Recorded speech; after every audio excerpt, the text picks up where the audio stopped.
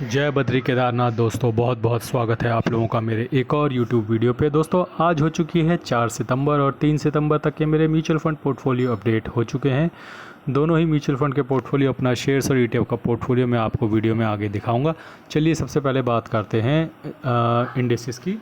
तो निफ्टी 50 जो है आज 0.08% की मामूली बढ़ोतरी के साथ क्लोज़ हुआ है। वहीं मिड कैप 50 जो है वो 0.54% की गिरावट के साथ बंद हुआ है। मिड कैप 100 0.67% की गिरावट के साथ बंद हुआ है। मिड कैप 150 0.63% की गिरावट के साथ बंद हुआ है। वहीं स्मॉल कैप पर नज़र डालें तो स्मॉल कैप 100 0.71% की गिरावट के साथ बंद हुआ है। स्मॉल कैप 50 0.71% की गिरावट के साथ बंद हुआ है और स्मॉल कैप 250 0.67% की गिरावट के साथ बंद हुआ है। यानी कि हम लोगों के पोर्टफोलियो में आज एक डेंट पड़ने वाला है, लगभग ½ % का।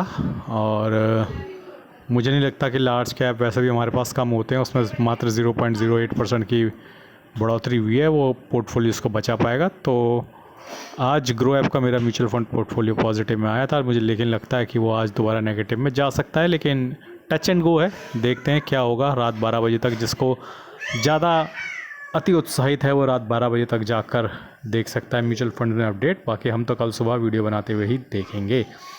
अगर बात करें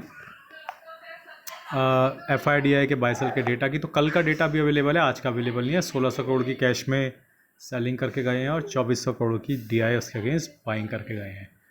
तो आज सुबह दोस्तों मोमेंटम बहुत अच्छा था मार्केट का, और GST 2.0 रिफॉर्म की लोगों को उम्मीदें बहुत थी। लेकिन जो एक चीज़ जिस पर अभी भी लोग ध्यान नहीं दे रहे हैं, और सुबह मैंने भी एक वीडियो बनाया था जिसमें मैंने ETF रिलेटेड अपना FMCG का जो ETF है उसका 5% का टारगेट हिट होकर मैंने बेच दिया, क्योंकि मेरा ये मानना था कि जैसे ही लोगों को अपने लेवल्स मिलेंगे वो प्रॉफिट बुक करेंगे और मार्केट नीचे की तरफ आएगी। लेकिन इतना नीचे की तरफ आएगी ये मेरे को भी उम्मीद नहीं थी।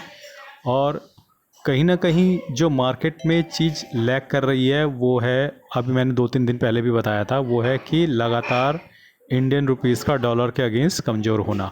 तो जब तक ये इंडियन रुपीस स्ट्रांग नहीं होता तो मुझे नहीं लगता कि FI की वापसी होने वाली है। बाकी अगर कुछ स्टोर में ऐसा है जो हम नहीं जानते, जो अमेरिका के बड़े बड़े FIs जानते हैं, तो उस पर मैं कमेंट नहीं कर सकता। अगर ऐसा कुछ स्टोर में है तो वाकई हम लोगों को उसकी जानकारी नहीं है। लेकिन मुझे ऐसा लगता है कि जो मेजर रीज़न है इस वक्त मार्केट के गिरने का वो है कमज़ोर Indian currency against US dollar. और जब आप देखोगे कि ये इंडियन करेंसी मजबूत होगी, दोबारा से 86-85 की तरफ जाएगी, आप देखिए कि दोबारा से FII मार्केट में वापस आएंगे। तो दोस्तों मैंने कुछ म्यूचुअल फंड की बुक्स के लिंक दिए हुए हैं जो कि फ्लिपकार्ट के हैं। अगर आप अपने मोबाइल स्क्रीन पर टैप करेंगे तो लेफ़्ट साइड बॉटम पे आपको लिंक दिख जाएंगे।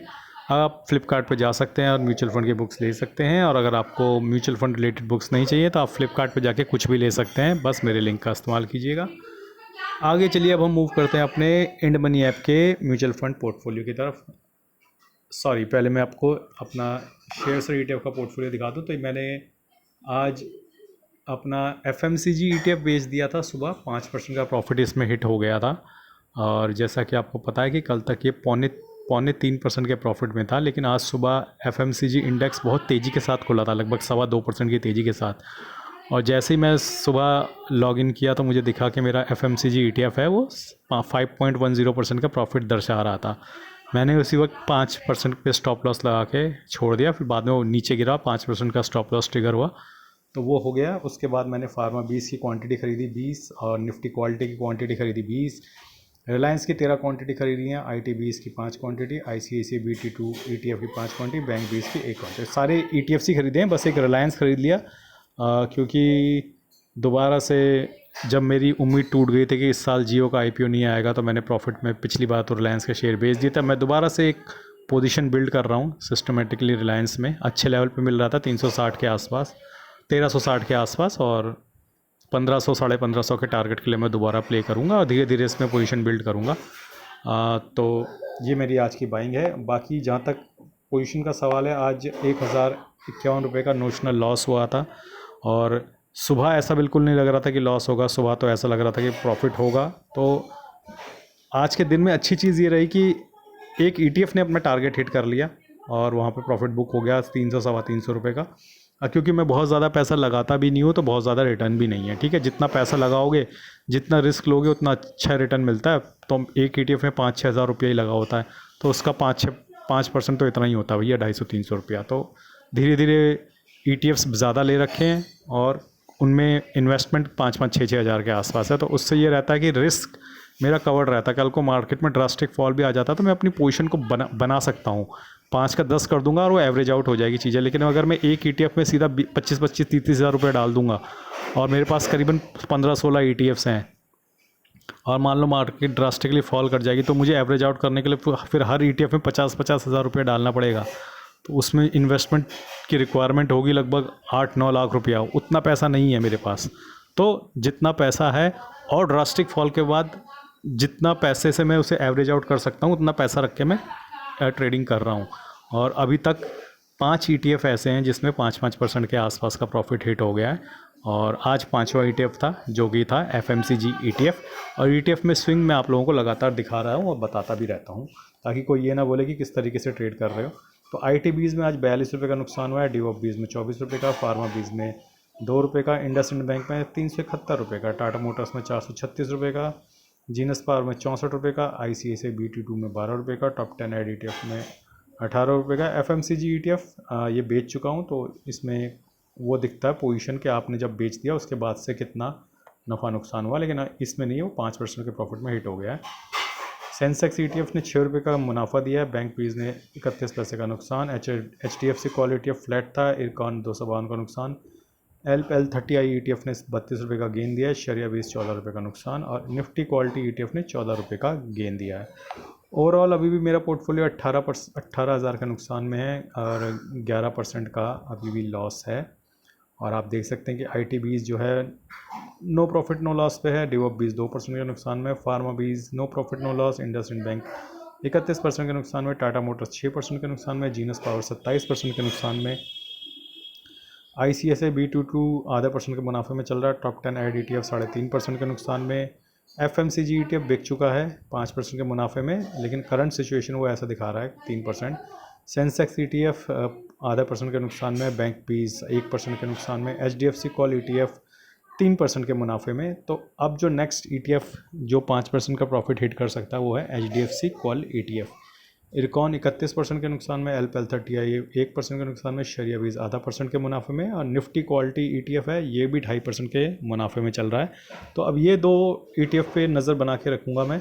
एक तो है आपका HDFC कॉल ETF और नीचे है निफ्टी क्वालिटी ETF। ये दो ETF अभी भी स्ट्रेंथ बनाए हुए हैं और मुझे ऐसा लगता है मार्केट में अगर थोड़ी मजबूती आती है तो HDFC कॉल और निफ्टी क्वालिटी ये दोनों ETF अपना 5% का प्रॉफिट हिट करेंगे जल्दी ही। तो अलग अलग सेक्टर में अलग अलग अलग अलग तरह के ETF लेने का फ़ायदा ये होता है कि चलो कुछ सेक्टर घट रहे होते तो कुछ बढ़ रहे होते, तो कोई ना कोई ETF अपना प्रॉफिट हिट करता रहता है, तो उससे आपका इंटरेस्ट भी बना रहता है, रदर देन सिर्फ निफ्टी और बैंक निफ्टी में खेलते रहो, तो वो तो एक साथ ही ऊपर नीचे होते हैं। तो इसमें ये रहता है कि मार्केट तो वहीं की वहीं है लगभग जब से मैं इन्वेस्ट कर रहा हूँ, लेकिन फिर भी 5 ETF हिट हो गए हैं। अब अगर उसमें सोचने की बात यह है कि अगर मार्केट ऊपर उठ जाती तो मेरे कई सारे ETF हिट हो जाते 5-5% के।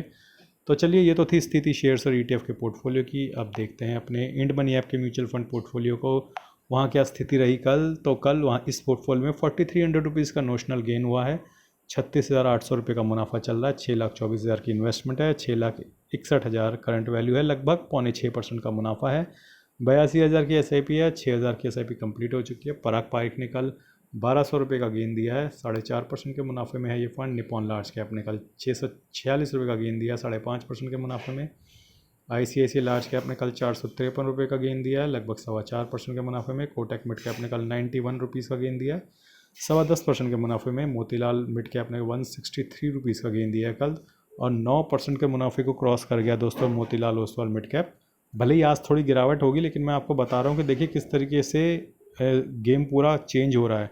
मोतीलाल ओसवाल मिड कैप को कई लोगों ने मेरे को बोला था भैया बेच दें 6 महीने पहले। मैंने सबको बोला था नहीं, होल्ड करो, नहीं बेचना है मोतीलाल। और अब देखो मोतीलाल ओसवाल धीरे धीरे लीड लेता जा रहा है। एडलवेज स्मॉल कैप ने कल 96 रुपीज़ का गेन दिया, 7.5% के मुनाफे में। HDFC मिड कैप ने कल 83 रुपीज़ का गेन दिया, 7% के मुनाफे में। एडलवेज मिड कैप ने 88 रुपीज़ का गेन दिया, लगभग 8% के मुनाफे में। निपॉन मिड कैप ने कल 97 रुपीज़ का गेन दिया, लगभग 7.25% के मुनाफे में। कोटक स्मॉल कैप ने कल 130 रुपये का गेन दिया, लगभग 6% के मुनाफे में। कैनरा रोबेको ने 152 रुपये का गेन दिया, लगभग 6% के मुनाफे में। Bank of India small cap ने 164 रुपये का गेन दिया, लगभग 6% के मुनाफे में। HSBC स्मॉल कैप ने 135 रुपये का गेन दिया, लगभग 5.73% के मुनाफे में। इन्वेस्को इंडिया मिड कैप ने 123 रुपये का गेन दिया, लगभग 11.25% के मुनाफे में। अभी भी लीड कर रहा है Invesco India mid cap. Invesco India large and mid ने कल 157 रुपये का गेन दिया, 10.2% के मुनाफे में। बंधन एंड लार्ज एंड मिड ने 145 रुपये का गेन दिया, लगभग 6.5% के मुनाफे में। निपॉन इंडिया स्मॉल कैप ने 119 रुपये का गेन दिया है, 6% के मुनाफे में। टाटा स्मॉल कैप 129 रुपये का गेन, 6% का मुनाफा। SBI स्मॉल कैप 119 रुपये का गेन, 5.5% का मुनाफा। JM फ्लेक्सी कैप ने कल 90 रुपये का गेन दिया, लगभग 3.25% के मुनाफे में। तो सारे म्यूचुअल फंड अभी भी मुनाफे में हैं इस पोर्टफोलियो में। 1 जनवरी 2025 से ये पोर्टफोलियो मैंने बनाना शुरू किया था। आज कौन कौन सी मेरी SIP कटी है एक बार नज़र डाल लेते हैं। Nippon large cap, ICICI large cap, Kotak small cap, Nippon India growth mid cap है। हाँ, तो ये 4 SIP मेरी आज कटी हैं। और आइए अब देखते हैं अपने वीडियो का अंतिम पड़ाव जो है ग्रो ऐप के म्यूचुअल फंड पोर्टफोलियो की स्थिति। तो कल ग्रो ऐप के म्यूचुअल फंड पोर्टफोलियो में मुझे 17,633 रुपये का मुनाफा हुआ, लगभग 6,876 के प्रॉफिट में आ गया अब ये पोर्टफोलियो। हालांकि ये खुशी ज़्यादा दिन टिकी नहीं और आज ये पोर्टफोलियो दोबारा नेगेटिव में चला जाएगा, लेकिन कोई बात नहीं, ये ऊपर नीचे चलता रहेगा, यही जीवन का सत्य है। तो bank of India small cap ये सॉर्ट आउट हो गया, हाँ जी ये सॉर्ट आउट हो गया। तो bank of India small cap ने कल सबसे ज़्यादा रिटर्न दिया है।